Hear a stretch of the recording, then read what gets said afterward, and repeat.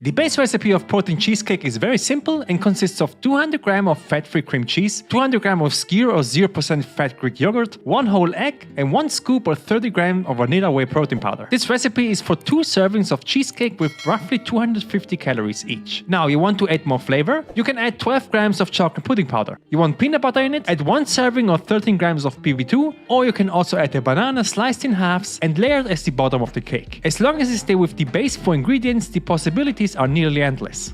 I will meal prep this recipe for 8 servings for the entire week. For that, you will need 1 very big bowl. Because I will make 8 servings, I will add in 800 g of fat-free cream cheese, followed up by 800 g of skyr. This is plain skyr, by the way. You can also add in flavored yogurt like vanilla or strawberries. Then I will add in 4 whole eggs. If you want, you can go egg whites only, but the cake will be a bit too dry in my opinion, so I would recommend using the yolks. Lastly, and this will be the main flavoring ingredient, are 4 scoops or 120 g of vanilla whey protein powder. So now take a whisk and slowly start to combine the entire mixture. In the beginning it will be quite hard to mix, but be patient. After 1 to 2 minutes it will slowly but surely turn from crumbly into a smooth and creamy looking cake batter.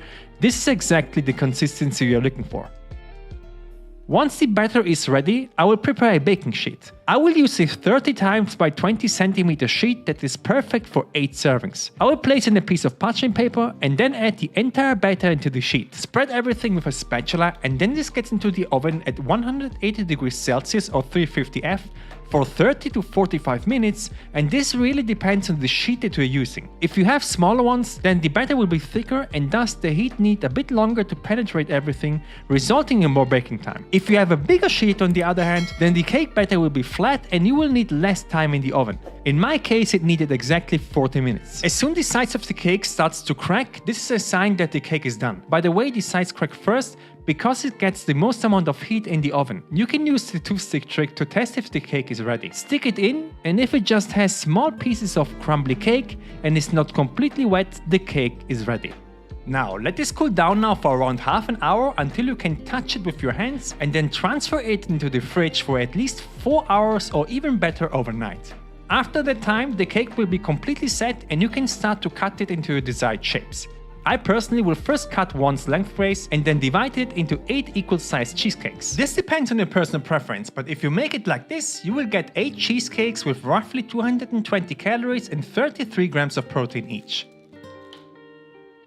Now, I never make cheesecake with a bottom layer because I don't always want it. What I do instead is, if I want a layer, I take 2 butter cookies, they are 25 calories each, and put them on the bottom underneath the cake. If you let them sit now for around 2 minutes, they get soft and you have an amazing New York style protein cheesecake. Also, what I like doing is to add a couple of raspberries on top to cut through the richness of all the dairy with a bit of acidity. So all you got to do now is to place all of your cheesecake into a separate container and refrigerate them. They last for around 4 to 5 days. The entire recipe comes in with 1738 calories, 77 grams of carbs, 25 grams of fat, and 289 grams of protein. This is the perfect post-workout snack, healthy dessert, or just a simple treat.